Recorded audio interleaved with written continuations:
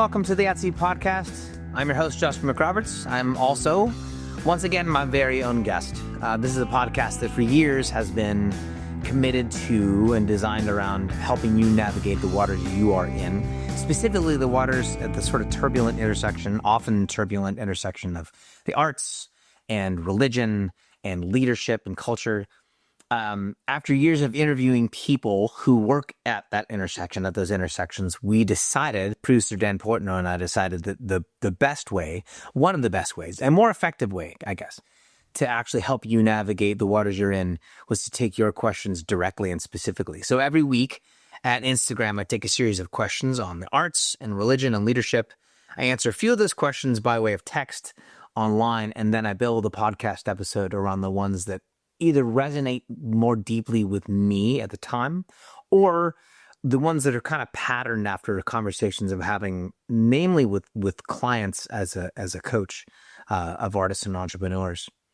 This week's set of questions range from things that have to do with inspiration and what it looks like to feel like a real artist, to what it looks like to process internally and then also want to process externally and find kind of the tension and the balance between those things.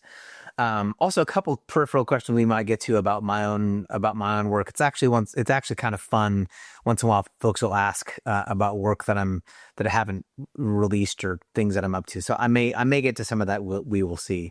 But let's start out with this first question that comes in about feeling real as an artist, about authenticity and kind of feeling inspired. Things that make you feel like a real artist, overrated or valuable. Studio cards, I'm not sure what site means, but things that make you feel like a real artist. This comes up all the time with regards to, people feeling something like imposter syndrome, or even people who've been in the arts in some way, shape, or form for years and years and years, still feeling like they haven't proven themselves. How does one go about feeling like a real artist? I tell this story, gosh, I don't remember if this is in a book or not, but I jog quite a bit. I run. I jog, I run. There's a difference. I run a bit, and I'll run some races on occasion. And I remember years ago jogging not too far from here. And on my run, I was feeling pretty good at the time. I was going, for me, fast. And I was passed by a group of runners who are on the collegiate team over here at Diablo Valley College. And in my mind, I'm passed by these young men, all of them topless. They're just these specimens, and just flew right past me. And in my mind, the phrase kind of like shot off in the back of my head, like, well, that's a group of real runners.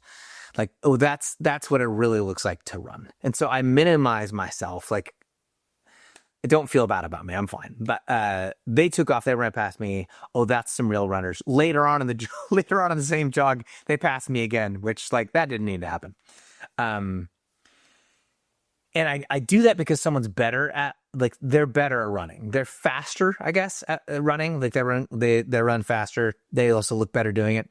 They have better shorts and better shoes. And just because what I have learned since then, is that just because someone is better at something doesn't make them more real. I am every inch as real a runner as the folks who run, sub 1,500 meters, and go to the Olympics. Like, they're better for sure, but I'm just as real. And the thing that makes me real at anything I do is that I do it. That's it. Am I a real artist?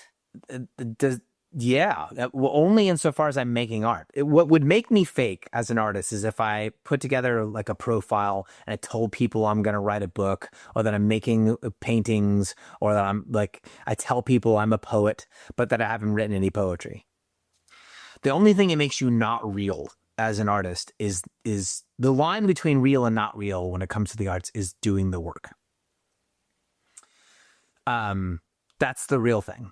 The only line between being real and being not real as an artist is doing the work. Everything else is a matter of improvement and growth. Can I get better? Yes. Does it make me less real if I don't get better? No. Does it make me more real if I do get better? No. I'm just as real. You're a real life artist if you're making the art. Part of how this changes over the course of time is because we don't believe in ourselves initially and early, which is fine. You not that you should or shouldn't, but like, because we generally don't tend to believe in ourselves as real artists, we don't see ourselves as real artists when we first get started, we'll attach ourselves to external metrics.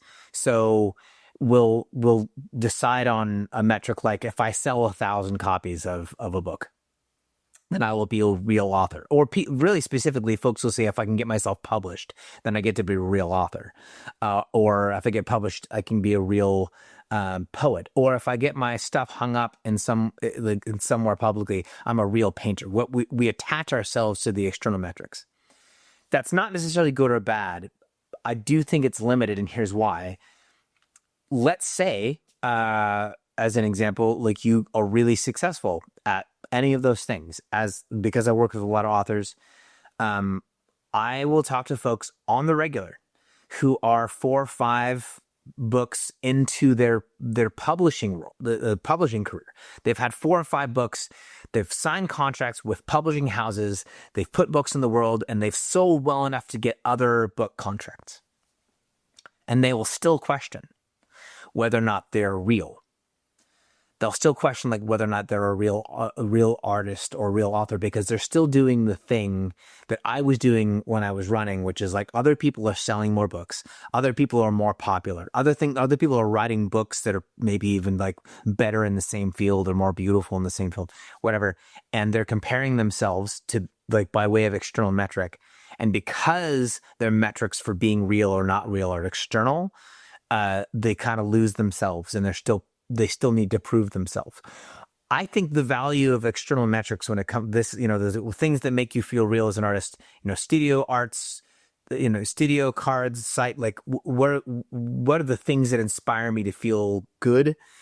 I think the only real value in external metrics is that I train myself. Like, if I achieve something, I start training myself to like, oh, I can be a real artist.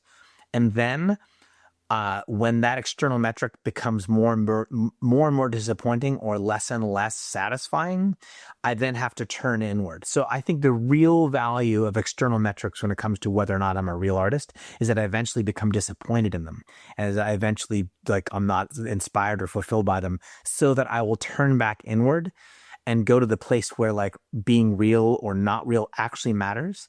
Is, am I doing the work? Regardless of what the world around me has to say, regardless of my sales metrics, regardless of whether what I'm doing lines up with this culture or that culture, regardless of anything happening externally, I am doing the work. And I used to do the work because I was trying to hit that goal, and that goal is less satisfying. And now what I realize is, like, I'm actually happy just doing the work. So the way I said it here is, in all honesty, these days, the only thing that makes me feel like a real artist is working on my art. I think external metrics for success in art or any other facet of life are really just the training ground by which I learned to become the person I want to become. When I started making art, and I think this is true of pretty much everyone, it wasn't about like I wanted to make books, or I wanted to make music, or I wanted to make poetry. What I think deeper, I wanted to make books and poetry and music. But deeper than that, the thing behind that is that I wanted to be someone who made books, who made poetry, who made music. It wasn't about the music per se. It was about me being a musician. It's not about books per se. It's about me being a writer. It's not about poetry and poems. It's about me being a poet. The pursuit and the desire at the core of me has more to do with who I am than what I do. And then what I do flows from who I am.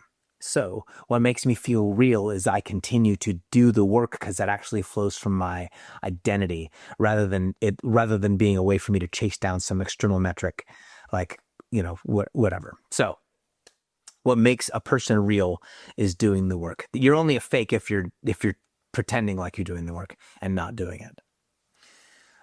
Second question, where have you seen growth in your art over the past few years, and what fueled that? What I want to do, the answer to the question was that I've predominantly seen growth and me becoming more concise in my language, which that's a fine answer for this. But what this stirred in me as a question was how important it is for us to actually pick and choose our metrics for growth.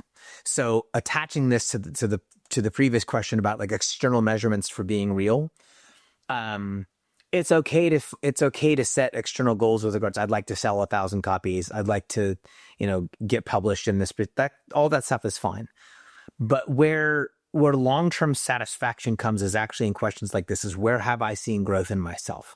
And picking and choosing like really particular ways in which I want to grow. That's self-generating. That is self-generating as a satisfying metric. It's a little bit like saying, like in athletics, I would like to get to a place where like I can do 10 strict pull-ups, or I would like to get to a place where I can run 2 miles unbroken. And picking that, and not because like you're going to go win a race and someone's going to hand you a medal, and not putting the metric on someone else, but internally, I would like to hit this goal for myself. I would like to accomplish this thing for myself. I would like to change in this way for myself. So the brevity goal for me was something I'd seen in other folks. I was like, oh, that's something I want for myself. No one asked me to become more brief. Well, people definitely asked me to be more brief. That's actually true. It's not like by becoming more brief and learning to write more concisely, I was going to get a publishing deal. It was something I just wanted to learn to do for me. And as I accomplished that goal, I felt like a deep satisfaction in who I was and who I was becoming as an artist. So one of the ways we practice being real and practice finding satisfaction in our art, related to the first question, is by picking and choosing our own metrics for growth and success, and then like working towards those goals. By the way, this is part of the reason I coach, is because it can be difficult to pick and choose those goals and separate them from external metrics or external cultural pressures. So if that's something you're looking to do, hit me up and let's get into like, how do we set you some goals that you can hit that actually like put you on the road to personal development and growth as an artist and an entrepreneur. This last question, and I think we'll stay here for a little bit and maybe even wrap up the podcast shortly after this, is advice on feeling feelings rather than intellectualizing them in expression. And the last piece of this question is actually pretty key. Advice on feeling feelings rather than intellectualizing them in expression.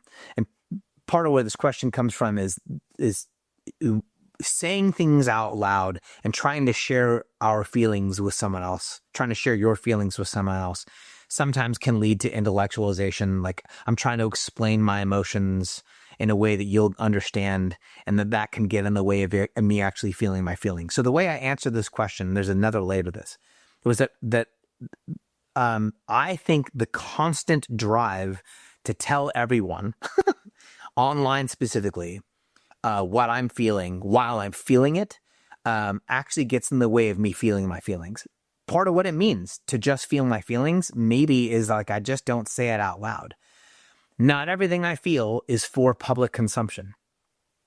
And I know this grates against some of the current cultural ethos in which like we want to know about people's processes. Don't just hand me like the finished product. Man, I don't know. I think there's definitely some value in showing our work like as we go along, emotionally, artistically, professionally, and otherwise. I also think we erode the value of showing our work if that's all we're showing. And I'll take a step back from that.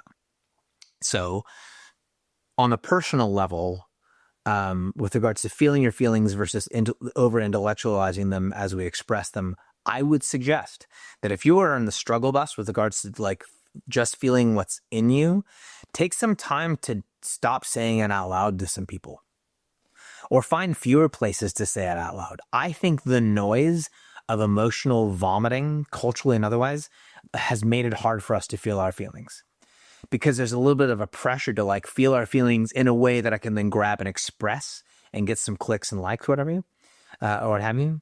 Whereas just feeling your feelings is as simple as just sitting there and like, I'm pissed, I'm angry, I'm sad, I'm lonely, I'm joyous, like I'm thrilled. Just feel it for your own sake and not for the sake of expression.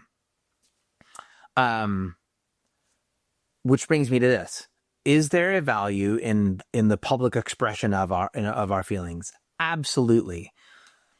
But so much of what I see happening and experience happening online is more. It looks more like someone who's using their audience to create a moment of catharsis, and instead of people putting things in the world, instead of being helpful. In other words, is it helpful for folks to see our process? Yes, but only if I'm showing you my process so that you might feel helped. If what I'm doing as an expressor, as a public person, and we're all public people nowadays, if what I'm doing in public, I'm doing to make myself feel better, like I'm processing out loud and then getting those likes because I said the thing out loud, and I'm doing that for me, so that, like, I think that's deeply problematic, and I think that causes all kinds of like weird emotional loops in me and in you as an audience and me as an expressor. I think the gateway, the gateway, the gatekeeper, I hope, that stands between like my personal internal expression, my personal internal processing, and my public expression. The gatekeeper I want between internal processing and public processing is help. If I say this out loud in public, will it help you? And if it doesn't help you, maybe I shouldn't be saying it out loud. I don't think it's helpful anymore. Maybe it was for a time, for so many of us to be communicating so much about what's going on internally. I think we've created too much noise and it's hard to feel our feelings. And I think we've created some really weird emotional loops in which it's enough to say out loud what's going on in us. Get through your process some. Get through your process some and come to a place you've got some altitude over what it is you're feeling. You actually have something to say about what you're feeling or what you're in, and then say it out loud.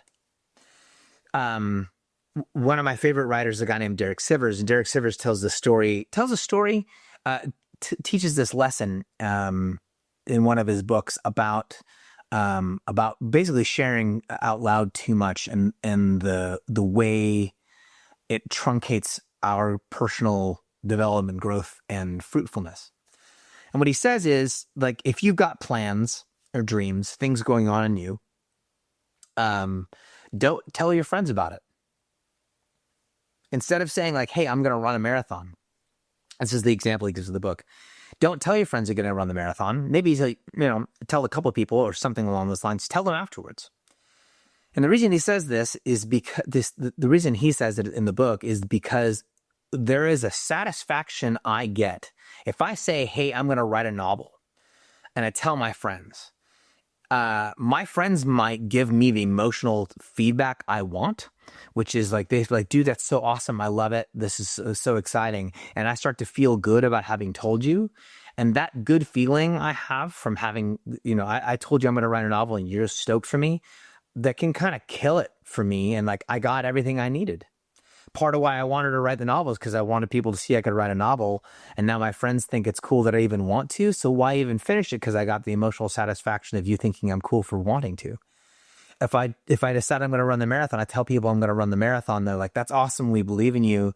Like what Siver says is, and I believe this up to a point, that I get this emotional reward for having told you I'm going to do it. And it actually keeps me from doing the work of doing it. I think that happens in our artistic expression. I think that happens in personal, emotional, and spiritual development as well.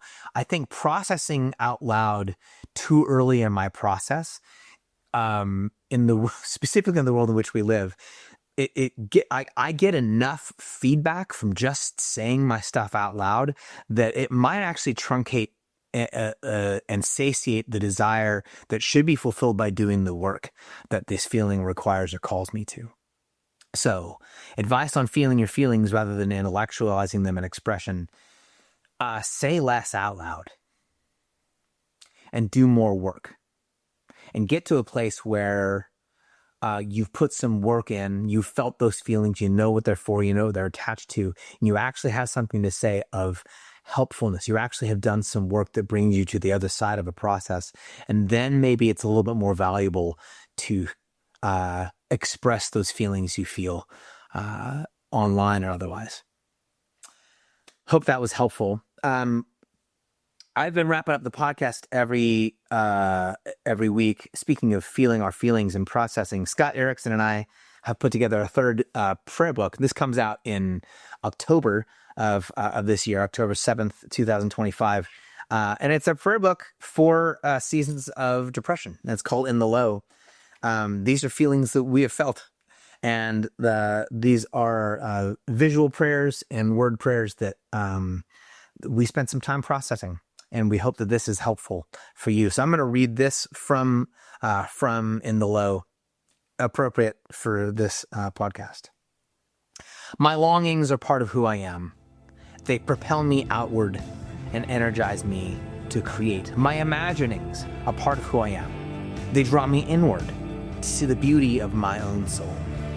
These longings and imaginings do not align with the ways and the agendas of a mechanized world. I experience that misalignment as stress and disconnection. Teach me to receive my own lust for life as a gift, regardless of the resistance I experience from systems and entities that do not want me well. Until next time.